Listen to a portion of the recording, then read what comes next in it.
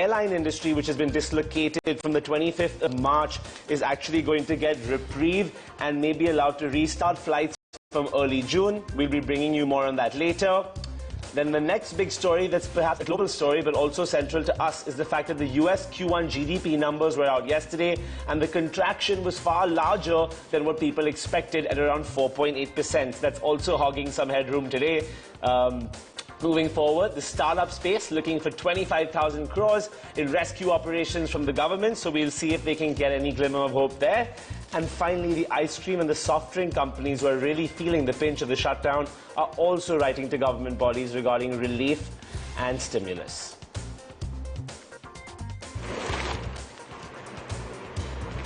All right, and those are the top headlines on the Economic Times. Let's focus what's there on the ET markets page this morning. And first up that you have the news is that the Sensex was up for a third straight session yesterday. It was up about 27.6% from the March 24th lows. There's a big jump up coming in the markets, riding on some hopes of the treatment coming in and also the cases in India plateauing.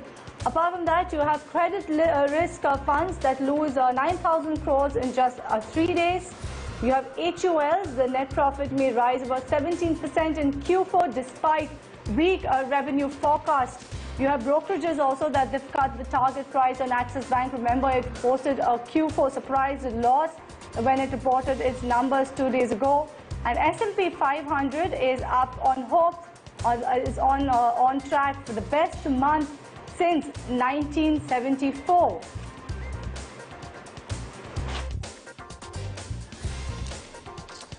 All right, thank you for that, Cheryl. And we're now going to tune into the corporate aspect of things a bit and bring you some corporate stories. The first being that the Supreme Court has actually moved for the first time in favor of the telcos and asked the IT department to refund around 733 crores to the ailing Vodafone Idea. So that's a very large development in telecom, a reversal of some of those charges we saw. Moving forward, keeping it with telecom, brokerages see the Jio Q4 profit really exploding. So some positive cues coming out of there, and they're expecting a really positive number. Moving forward, CBI seeks probe in GP Kohli of the THFL case, excuse me. So that's another major story that we'll be covering today. On the pharma front a little bit, Ipca Laboratories, a big pharma company, has been asked by the US FDA to clarify on the threats of hydroxychloroquine. So it's something that a lot of stakeholders have been talking about in the papers, also highlighting that today. Please take a look. And again, with pharma, Strides is awaiting the government note for another complex molecule called favipiravir, and we'll be bringing you more updates on that later. But quickly, addressing the main story of the day, and it's actually on the front page of the paper at the very top. The RBI is actually reversing its stance on capping promoter shareholding. So we saw with Mr. Uday Kotak, for example, recently that the RBI said that he was to bring his stake down from 30 to 26% by September and then eventually to 15%. However, his voting rights have already capped. So given the times we're in, the last thing the RBI wants is selling from private bank promoters right now. So what they're saying is you keep your shares, you don't have to sell them, you don't have to trim your stake right now for the moment, but your voting rights at the same time will be capped at 15-20%. So hypothetically, you only have 15 to 20% say of what happens in the bank, although your actual shareholding may be higher. So it's a very key development. It's going to impact Kotak, IndusInd, any bank, where Bandhan Bank, where promoters had some issues with stake, it's going to be quite live for them.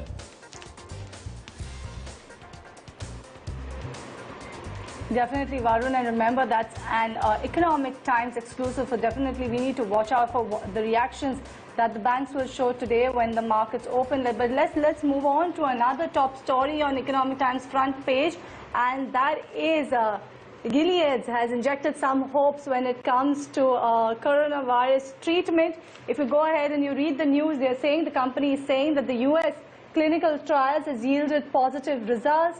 They're also saying that the drug will work earlier if it is actually given much earlier. So this is the top headline. This is one of the reasons while the US markets rallied also overnight, shrugging off all the bad news, shrugging off the warning coming up from US Federal Reserve.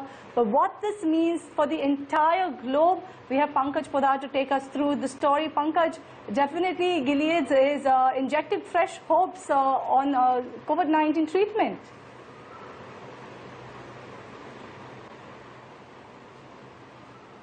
Gone ahead and said that their second research paper, which had about 397 trials, has actually seen, some positive developments. Now, just to give you a number, a 5-day trial or the 5-day course that they are, they did in the trial saw that 50% patients did recover. When you extend it to 14 days, almost 2/3 of patients did recover. So that's the number which is coming in from there. It's not only this, but NIAID, which is the National Authority for Infections, has also done a test which on the same drug, and about 800 patients is what they tested. Now, they've not given the exact number, but they've said that the fatality rate comes down because of this, as well as improvement in the recovery also happens. Once this comes, Dr. Fassi, whose word matters as far as any of these drug trials are concerned, said that the drug trial showed quite a good news. FDA, what we are picking up from other reports is that US FDA is in talks with Gilead to provide the drug as soon as it is possible. So fresh hopes, but there is one more research paper which is expected by the end of May that will have moderate patients on what they are trying this drug. So we'll wait and watch as to what comes there.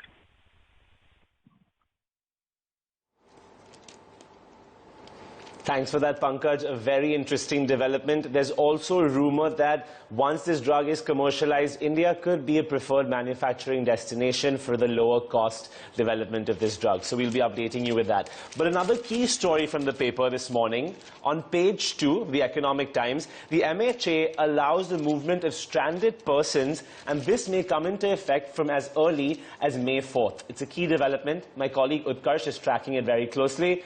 Utkarsh, what's your read on this article? So if you look at the MHA guidelines which has come in, and these are basically for the migrant workers, the way you look at it is that the state government has been asking the center to allow the movement of to allow the movement of migrant workers. And we have seen time and again, we have in different states, we've seen in Gujarat, we've seen in Bombay, and how the migrant workers have come on the street and broken the social distancing norms. It was very difficult for the states also to take care of the migrant workers because obviously you have to take care of them, and they were living in smaller places. So the MHA has come out with the guidelines. Now the guidelines are important. They first speak about how the social distancing norms and the testing needs to be done. Any people who have to go from one place to other and need to contact the state government. The state government then needs to check, and the asymptomatic patients need to be sent. Asymptomatic patients won't be even sent to the other state. When they reach the other state, then they will be home quarantined for 14 days, and if needed, they'll be isolated also, and test will be done there as well.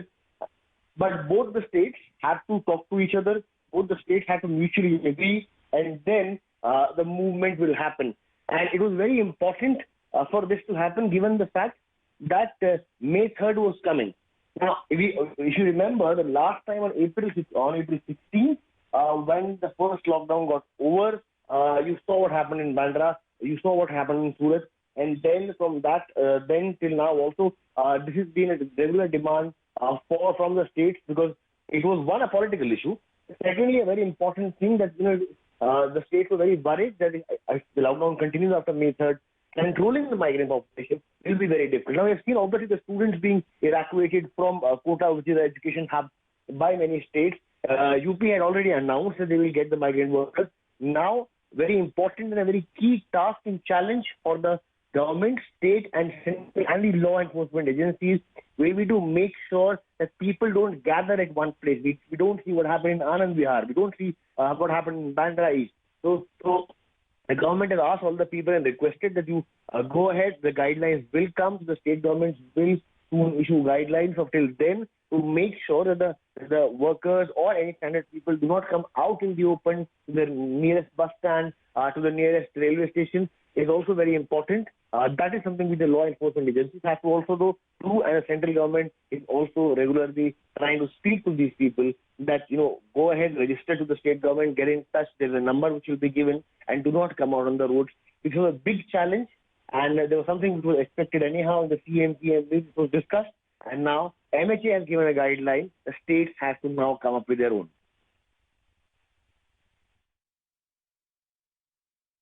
Right, big development coming on that front. Utkarsh, definitely a relief coming in for the migrants. But let's shift focus to page 4 of the Economic Times, another Economic Times exclusive.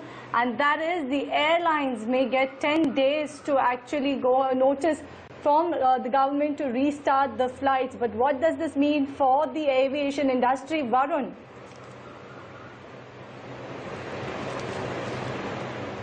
Right, Cheryl. So, very interesting story. But what it basically says is that the airlines will need time to resume. So, when the lockdown lifts, it's not that it's going to go back to the flights that we had before COVID happened. They're gradually going to inch up the flights up to those levels because they anticipate travelers to obviously drop.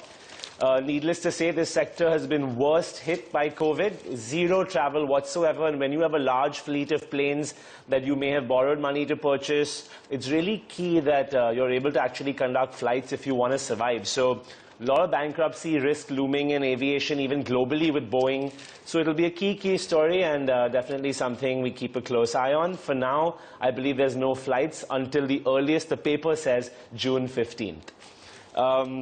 Now, switching gears a little bit, back to the front page of the paper, and actually quite a key story here. We've all been hearing that the banks have been told to lend money to the MSMEs.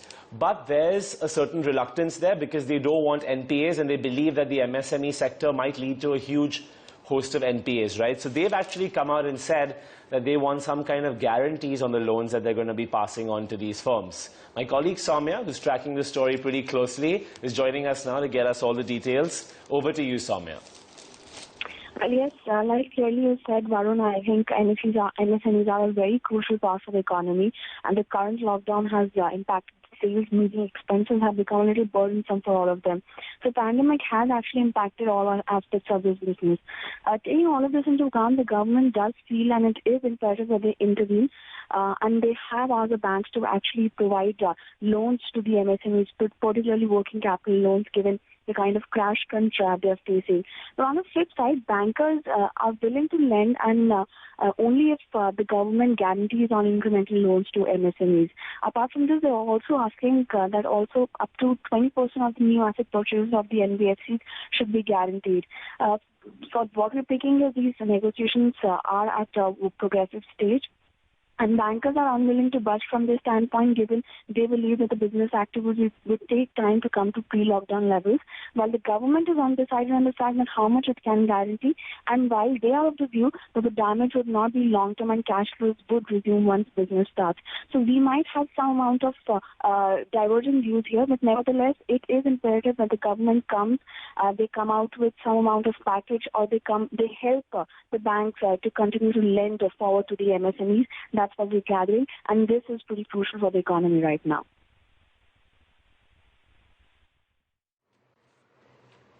All right, thank you, Soumya, for joining us with the top story over there coming in from the Economic Times. The bankers have sought the government support on loans to MSMEs. But let's shift focus to the COVID-19 headlines that's there on the Times of India as well as the Economic Times. And first up, that the death toll in India has surpassed the 1,000 mark, with over 31,000 positive cases currently in India.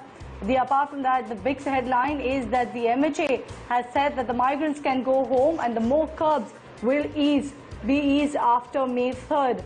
Mumbai has recorded its highest one-day death toll at 26. The orange and green zones are to be relaxed post-May. That's the word coming in from the Home Ministry. Maharashtra has started the plasma trials, the one that showed good signs and positive signs in Delhi treatment as well.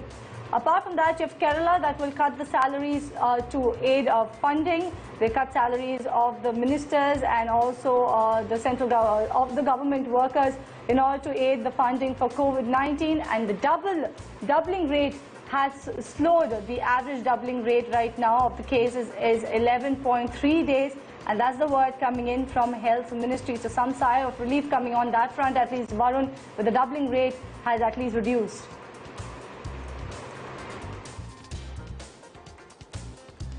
Definitely, Cheryl. We're seeing relief on all angles and keeping it with the largest publication in the country. We're just switching the papers to the Times.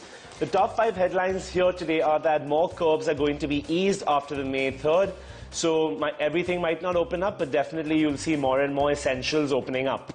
The next thing, which is not so positive and a bit unfortunate for us here, especially in Maharashtra, yesterday the death toll was 32.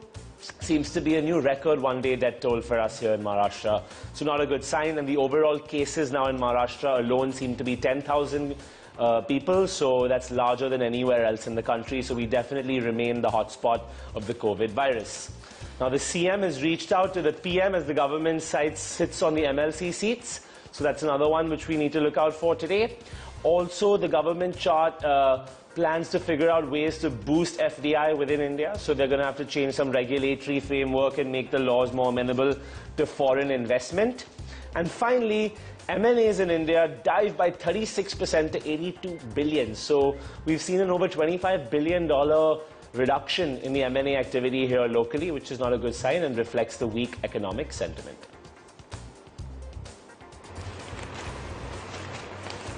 Yes, definitely, and those are the top headlines coming in from the Times of India this morning. But let's shift focus to the news around the globe, and that is U.S.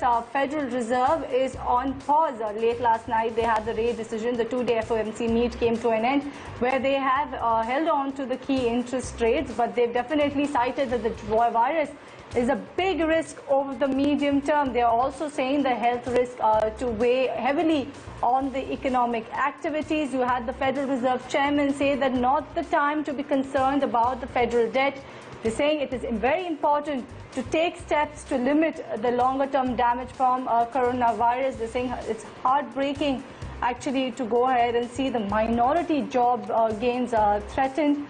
So that's the word actually coming in from Federal Reserve. If you dwell more into what the Federal Reserve needs to say, he's saying it is heartbreaking and frankly to see that all threatened now, all the more needs to be for our urgent response, and also that of the Congress, which has been urgent and large, and to do whatever we can to avoid the longer run damage to the economy. That's a quote coming in from the Federal Reserve Chairman, Jerome Powell.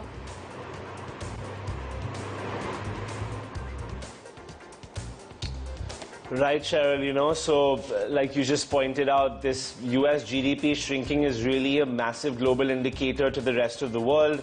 The Q1 GDP shrank to 4.8% by 4.8% rather, versus the estimate of 3.5%. So it's almost 1.5 times more than what they thought it would be. So that's definitely an alarming sign. Here in India, our Q4 numbers have just come out, so it's really not showing. When our results for Q1 at the end of June, July come out, and then Q2, I think we'll start seeing our GDP get trimmed as well. But we have heard yesterday, Jean Fang of Moody's also came out and said India's GDP is going to be clipped to maybe as much as 0.2%. So definitely a key story there to look out for as well. Yeah, economic growth across the globe will be hit on back of this COVID-19, and US GDP growth is the lowest in 11 years, a big alarming sign. But let's move on to other stories from the Economic Times, and one of them is that the 40% of the restaurants may face a lockdown. If you see the story, and I'll read more on that particular front, 40% of restaurants may face a permanent lockout. 4 out of every 10 restaurants and cloud kitchens will likely permanently be shuttered in the absence of government bailout. Definitely a concerning news piece coming in for the restaurant owners. And the broader impact will be even more severe in the industry that had, before the lockdown, a turnover of around 4 lakh crore rupees and provided direct employment to over 7 million people.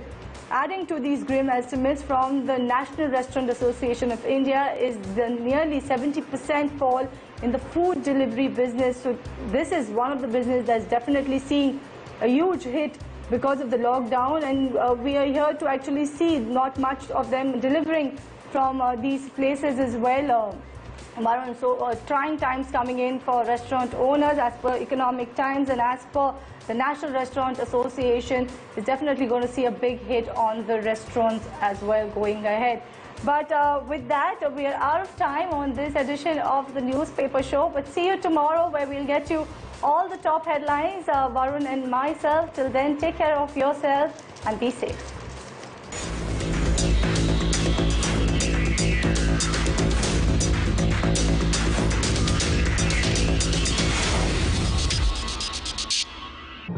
Do you think there will be enough work in the industry to feed the number of advertising agencies we currently house in the country? We were heading in for a recession anyway. It's not like everything was hunky-dory and we were flying high and then COVID came. I think this is a trigger that will make that catharsis